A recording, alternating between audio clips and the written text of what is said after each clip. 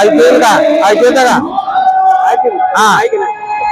आज क्रांतीसूर्य महात्मा ज्योतिराव फुले यांच्या जयंतीच्या निमित्तानं छत्रपती संभाजीनगर शहरातल्या औरंगपुरा इथे असलेल्या क्रांतीसूर्य महात्मा ज्योतिराव फुले आणि क्रांतीज्योती सावित्रीबाई फुले यांच्या पुतळ्याला अभिवादन करण्यासाठी आम्ही सर्वजण उपस्थित राहिलेलो आहोत। राष्ट्रवादी काँग्रेस पार्टीच्या वतीनं आमचे सर्व पदाधिकारी, महिला पदाधिकारी, युवक पदाधिकारी, ओबीसीचे जिल्हाध्यक्ष या सर्वांनी मिळून अभिवादन केलेलं आहे।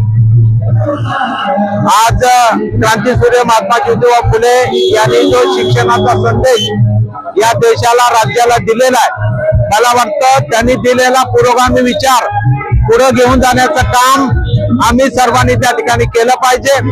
आज जे समाजामध्ये जातीमध्ये भांडणं लावण्याचं काम काही मंडळी त्या ठिकाणी करतायत, मला वाटतं त्याला फाटा देण्याचं काम खऱ्या अर्थानं आज जर आपण या महामानवांच्या जयंती साजरा करीत असताना फक्त पुष्पहार घालणं, अभिवादन करणं एवढ्या पुरत्या ज्या जयंती मर्यादित असता कामा नयेत, तर त्यांनी दिलेले विचार हे पुढे घेऊन जाणं, येणाऱ्या नव्या पिढीला हे विचार माहीत होणं, यासाठी मला वाटतं हे उत्सव असतात।